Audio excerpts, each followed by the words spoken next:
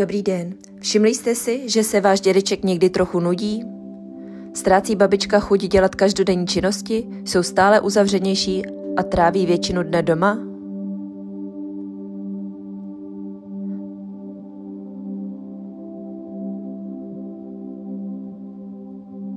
Pokud vidíte, že opouštějí oblíbené aktivity, které jim dříve vyplňovaly volný čas, možná budete muset přemýšlet o tom, jak do jejich každodenní rutiny vrátit zábavné a smysluplné činnosti.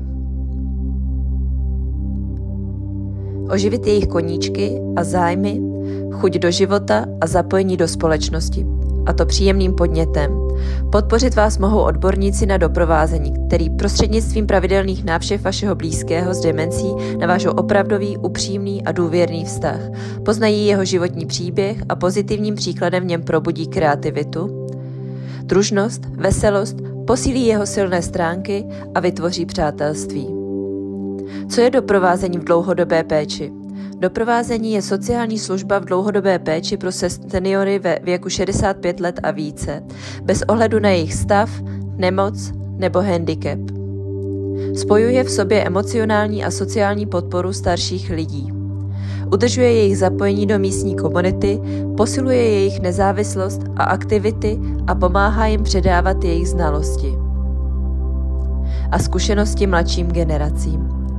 Odborník na doprovázení neposkytuje osobní péči a úklid, ale pomáhá starším lidem žít samostatněji, důstojněji a bezpečněji v jejich vlastním domově.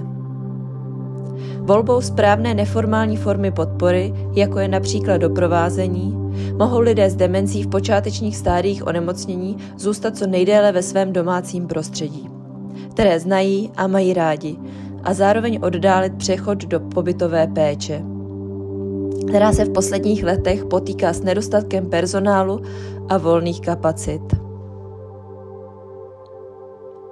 Existuje několik typů dobrovolné péče, individuální, skupinová, telefonická.